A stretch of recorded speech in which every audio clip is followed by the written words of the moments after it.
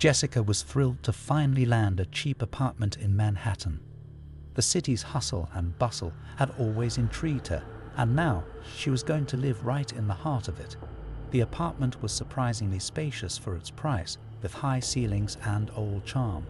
However, there was something about the place that made her uneasy, a feeling she couldn't quite shake. The landlord, a grumpy old man, was secretive about the building's past, especially the back room of her apartment. He warned her never to go there, but he wouldn't say why. Still, curiosity got the better of Jessica. One night, when she could no longer ignore her fascination, she decided to explore the back room. She had to know what was hidden behind the landlord's warnings. The moment she stepped inside, a wave of coldness washed over her. The room was covered in dust, and the air was thick with the scent of neglect. Old furniture was scattered around, each piece shrouded under white sheets. As her eyes adjusted to the dim light, she noticed personal belongings strewn around the room: photographs, letters, and a small worn diary. Sitting down on the floor, Jessica began to flip through the diary. The pages were filled with the intimate thoughts of Alice, the apartment's previous tenant. Alice wrote about her life in the apartment, the loneliness she felt, and her descent into fear. In one of the entries, she wrote, "I feel like something is watching me. Sometimes I hear footsteps behind me when no one is around. I fear I will not make it out of here." Jessica's heart skipped a beat as she continued reading. The last entry was especially chilling. Alice described a feeling of suffocation and her belief that she was trapped in the apartment by something she couldn't escape. Over the next few days, Jessica began to experience strange occurrences. Objects would move on their own, doors would slam shut, and the faint sound of whispers would fill the air, though no one else was ever around. At night, her dreams grew increasingly vivid. In each one, she saw a woman, a figure draped in a long, tattered dress, her face hollow and consumed by grief. It was as if the woman was trying to speak to her, calling out for help, but Jessica could never hear the words. Then one night, the nightmare became a reality. Jessica was sitting in her living room, her back to the hallway, when she heard footsteps behind her. The sound grew louder, closer. She turned, expecting to see nothing, but there she was, a woman in a tattered dress, her hollow eyes staring right through Jessica. Her face was twisted with grief, her expression one of pure agony. Jessica's blood ran cold as the woman began to move toward her, slowly, deliberately. Frozen in fear, Jessica tried to run, but her legs felt heavy, as if the very air was against her. She turned to flee down the hallway, but the hallway stretched on, growing longer and longer. It was as if the building itself was alive, trying to trap her in its maze. The woman's footsteps grew louder, and just as Jessica felt a cold hand reach out to grab her, the apartment door slammed shut with a deafening bang, trapping her inside. Jessica screamed, but no sound escaped her lips. The air felt thick, suffocating. She ran back to the door, desperate to escape, but it wouldn't budge. She pounded on it with all her strength, but it was as though the apartment itself was mocking her. The woman's figure was now right behind her, and Jessica could feel the breath on the back of her neck, icy and unrelenting. In that moment, Jessica felt something snap inside her. With a strength she didn't know she had, she broke through the door, stumbling out into the hallway. The hallway seemed to stretch endlessly, as though she were running in circles. But she didn't stop. She kept running, the woman's tormented wail echoing in her ears. Eventually, she managed to escape the building, her breath ragged and her body trembling with fear. She didn't look back, knowing that if she did, she would see a woman there watching her.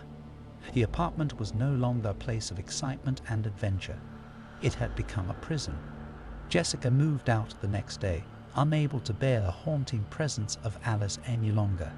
She found a new apartment and tried to put the terrifying experience behind her, but Alice's ghost still lingered in her dreams. The grief-stricken woman followed her, never leaving, always watching, always waiting. The apartment in New York remained empty. No one ever rented it again. It stood as a grim reminder of the dark past it held, and of a young woman who, in life and death, could never escape the horrors that haunted her. Mark had always considered himself a man of logic, a seasoned traveler who had visited countless places, never once giving in to the tales of haunted hotels or ghost stories that others swore by. Paranormal activity to him was nothing more than superstition, wild imaginations running rampant. So when he stumbled upon an old, crumbling hotel during his road trip in the countryside, he didn't think twice. The place looked like it had been untouched for decades, its faded sign barely visible above the entrance. But it was cheap, and he had nowhere else to stay. The lobby was dimly lit, with the air smelling of must and dust. The front desk clerk, a nervous woman in her late 50s, greeted him with a strained smile as she handed him the key to his room. She hesitated for a moment, then, with an uneasy glance, whispered, "I'd recommend you don't stay on the top floor. There have been some strange things up there. I'd rather you not." Mark chuckled, brushing it off. "Thanks, but no need for superstitions. I'll be fine."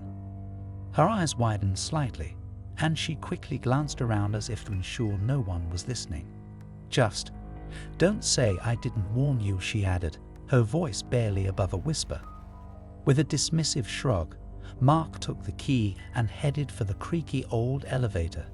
He couldn't help but smirk as the doors closed behind him. Who in their right mind would believe in ghost stories in the modern world? This was just an old hotel, a relic of the past, not a haunted house from a B-grade horror movie.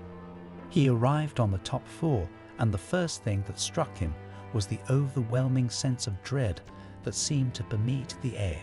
The hallways were dark, with only a flickering light above him casting long, strange shadows on the walls. The silence was deafening, broken only by the faint hum of the old building. Mark walked down the corridor, feeling a sudden chill crawl up his spine. He shook it off, dismissing it as the cold air and the musty atmosphere of the place. The door to his room creaked open, and he stepped inside. The room was small but adequate, with vintage furniture and dusty curtains that barely let any light in. As Mark unpacked, he couldn't shake the feeling that something wasn't right. The temperature seemed to drop with every passing minute, the air growing colder and colder as though the room had been frozen in time. He turned up the heat, but it did little to ease the discomfort. It started with soft footsteps, faint, but undeniably there, pacing just outside his door. Mark froze, his hand hovering over the door handle. He listened carefully, straining his ears to catch the sounds, but they had stopped. He laughed nervously to himself. "Old building, old noises," he muttered. But as the minutes ticked by, the footsteps returned, growing louder. They moved back and forth in front of his door, stopping only when Mark attempted to investigate. His heart began to race as a low whispering sound began to seep through the walls, too faint to make out, but distinctly unnatural. And then, just when he thought it was all in his head, the sound of crying echoed from the end of the hallway. It wasn't the muffled sobbing of a person in distress, but a deep, haunting wail that made the hairs on the back of his neck stand on end. Mark tried to ignore it, dismissing the sounds as nothing more than the building settling, but as the cries grew louder, the temperature in the room plummeted. The air became thick, suffocating. His breath fogged up in the freezing air, and Mark felt an irrational fear rising within him. Unable to shake the growing anxiety, Mark decided to investigate. He grabbed his jacket and stepped into the hallway, the eerie silence broken only by his own footsteps. The cries had stopped, but the oppressive stillness weighed heavily on him. He followed the hallway, drawn toward the source of the sound. The farther he walked, the colder it became, until he found himself standing in front of a room at the end of the hall. The door was ajar, creaking on its hinges. He hesitated for a moment, his heart racing, but something compelled him to open it. As the door swung open, Mark was met with a chilling sight. A woman stood in the center of the room, dressed in a long white gown. Her back was to him, and her long hair hung in front of her face, obscuring her features. The air around her seemed to shimmer with an unnatural cold, and Mark felt his stomach churn with dread. Then she turned slowly, revealing her face. Her eyes were hollow, lifeless, and her expression was one of deep sorrow.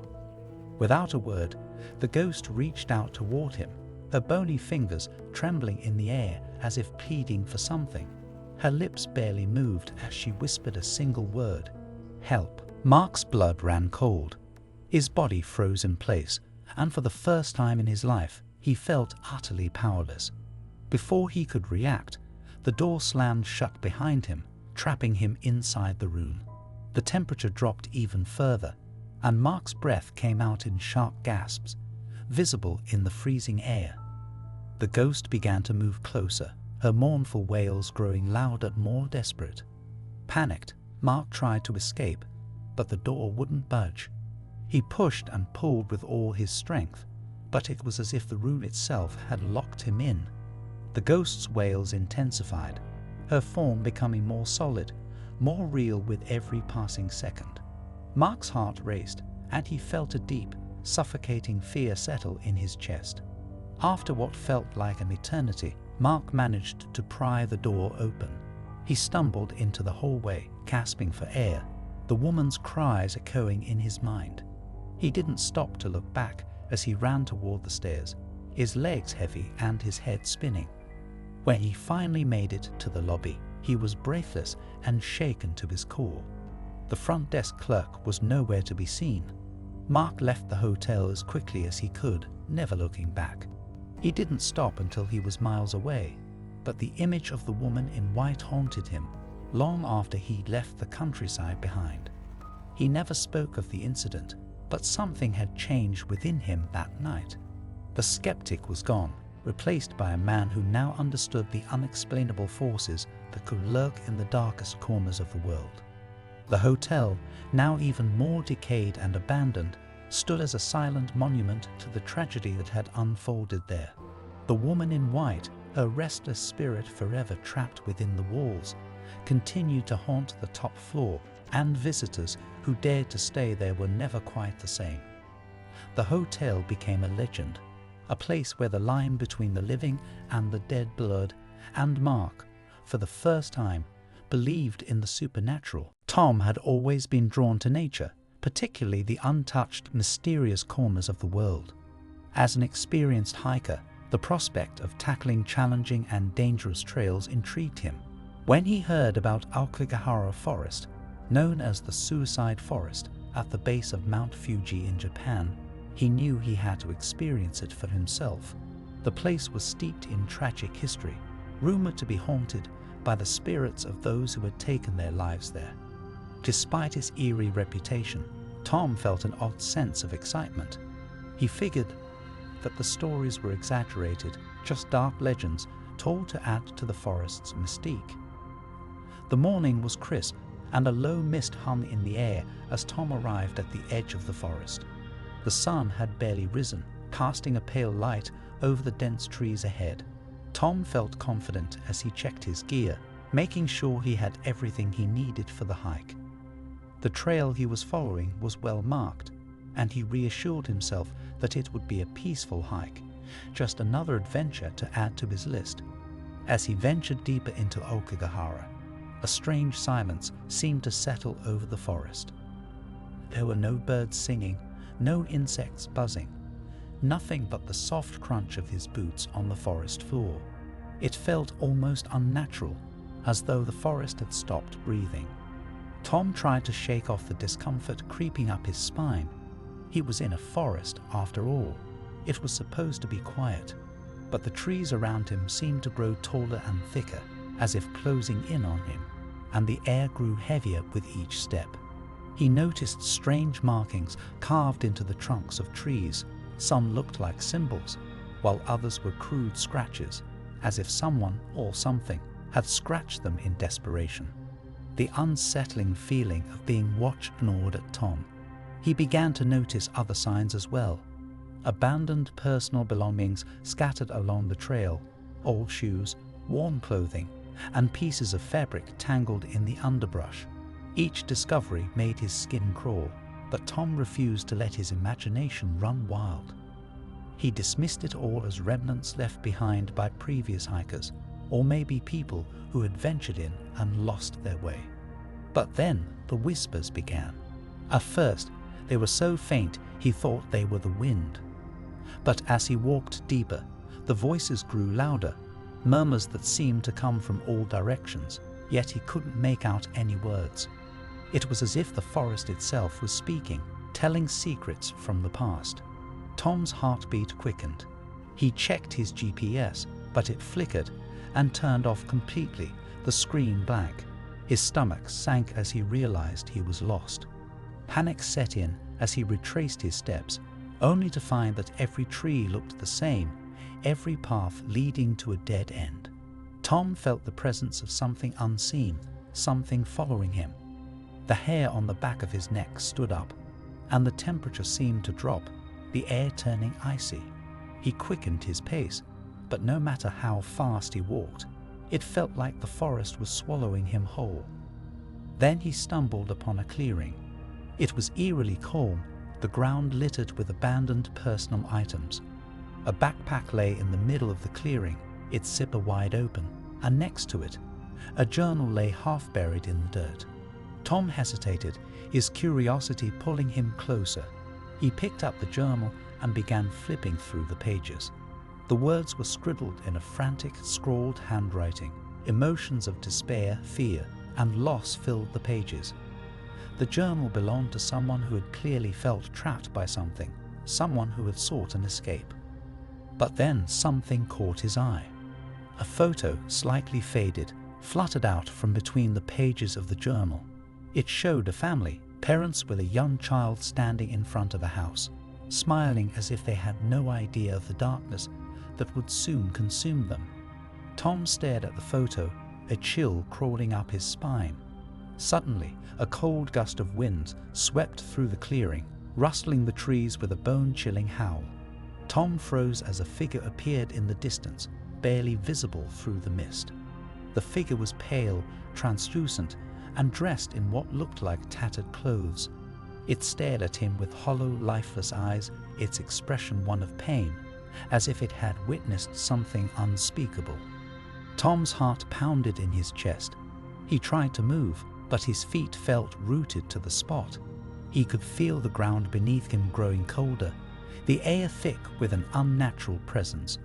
The figure slowly began to approach, its footsteps silent on the forest floor. Before Tom could react, the figure vanished into the mist, disappearing as quickly as it had appeared. But just as he turned to run, an icy hand brushed his shoulder. His body went numb, the touch so cold it felt like it was draining the warmth from his skin. He spun around in a panic, but no one was there. His breath came out in shallow gasps, his mind reeling. He didn't wait to see if the ghost would return. Adrenaline surged through his veins, and he ran through the forest, ignoring the sharp branches that scraped at his arms and legs. After what felt like an eternity, he finally stumbled upon the trail he had originally followed. His breath was ragged, his heart still racing, and his legs felt like jelly. The once peaceful hike had turned into a nightmare, and Tom didn't stop until he was far from the forest's edge. He left Japan without looking back, but the experience haunted him long after. A few years later, his friends claimed to have seen him standing in the same spot where he had encountered the ghost. His eyes were vacant, his expression frozen in a lifeless stare. Tom never spoke of the incident, but those who saw him that day whispered that the spirits of Aokigahara had never truly let go of him. Some say that the spirits of the forest find a way to latch onto those who venture too deep into their domain, and Tom, though he had escaped the physical confines of Aokigahara, would never truly be free from its haunting embrace. The forest, with its tragic past, continues to call to those who are brave or foolish enough to enter, and some say that the spirits never let them leave.